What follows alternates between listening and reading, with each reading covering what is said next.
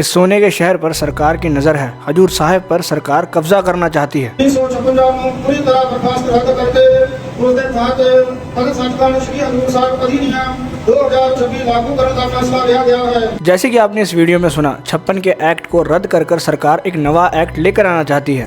अब सबसे पहले ये समझ लेते हैं कि 56 का एक्ट क्या है। ईयर 1947 में भारत आज़ाद हुआ और 56 के पहले से ही गुरुद्वारे पर यह एक्ट लागू किया गया है, इसीलिए इसे 56 का एक्ट कहते हैं।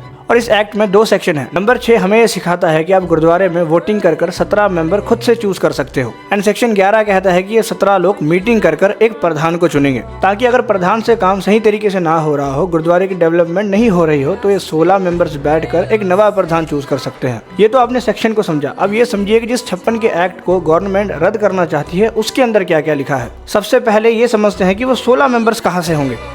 सो कुल मिलाकर ऐसे 17 मेंबर्स होंगे और इन सभी में से एक प्रधान बनेगा। और 56 के एक्ट में लिखा हुआ है कि इस विषय में बस एक सिंह ही वोटिंग कर सकता है, एक सिंह ही मेंबर बन सकता है, या फिर एक सिंह ही प्रधान बन सकता है। अब ये सब लिखा है 56 के एक्ट में, जिससे काफी चीजों का फायदा हमें है और काफी चीजों का नुकसान सरकार को है। क्योंकि आज तक हजूर साहिब में जितनी भी सरकारी चीजें बनी है वो सब गुरुद्वारे के जमीन पर है। ऐसे मैं नहीं, पेपर्स बोल रहे हैं। अब अगर प्रैक्टिकली सोचा जाए तो ये जितनी भी सरकारी इमारतें बनी है ये गुरुद्वारे के जमीन पर बनी है। मतलब ये सभी लोग इतने सालों से किराएदार थे। इसलिए 2015 में पहली बार इन्होंने 56 के एक्ट को बदलने की बात की। जहां पर 17 लोग मिलकर एक प्रधान चुनते थे, वहीं पर ये लोगों ने कहा कि 11 के एक्ट को थोड़ा सा चेंज करो, अब प्रधान आप लोग नहीं सरकार चुनेगी। मतलब 16 गुरुद्वारे के मेंबर्स को काम करने के लिए ऑर्डर एक सरकारी प्रधान देगा। और तभी से कलम 11 के विषय में हजूरी सिंहों ने विरोध करना शुरू कर दिया। पर जो अनाउंसमेंट कुछ दिन पहले तख्त साहिब में हुई, उसका मतलब ये था कि अब सरकार किसी पर्टिकुलर कलम को नहीं बल्कि 56 के एक्ट को ही बदलने की बात कर रही है। अब ये समझो कि सरकार ये सब क्यों कर रही है। 56 के एक्ट के हिसाब से गुरुद्वारे की जमीन का मालिक गुरुद्वारे के अलावा और कोई बन नहीं सकता। तो सीधी सी बात है, इतने सालों से सरकार किराएदार है,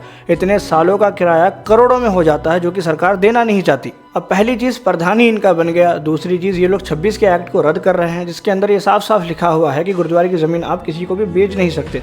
अब जब वो एक्ट ही हट चुका है तो ये लोग वही जमीन खुद खरीदेंगे, और जब ये खुद ही मालिक बन गए तो ये लोग किराया ही क्यों देंगे। दूसरा, अगर तख्त साहिब के प्रधान को ऑर्डर सेंट्रल गवर्नमेंट दे रही है तो वो आम जनता की बात क्यों ही सुनेंगे। प्लस जाहिर सी बात है, अगर कोई नॉन सिख बंदा हजूर साहिब का प्रधान बनेगा तो ऑब्वियसली मर्यादा में काफी चीजें बदल देगा। और काफी हजूरी सिंहों का ये कहना है कि अगर 56 के एक्ट को बदलकर 26 में ये लोगों ने नवा एक्ट ला दिया तो हजूर साहिब के 35,000 करोड़ के जमीन को ये लोग हड़प लेंगे और काफी चीजें मर्यादा में भी बदल देंगे। और ये बात सारी दुनिया बड़े अच्छे तरीके से जानती है कि हजूर साहिब में श्री गुरु गोबिंद सिंह जी महाराज जी को और मर्यादा को ही सबसे बड़ा माना जाता है। अब इस वीडियो के द्वारा मैं आपको बस ये समझाना चाहता था कि 56 का एक्ट क्या है, कलम 11 क्या है, ताकि आप सबको समझ आए कि हजूर साहिब में चल क्या रहा है।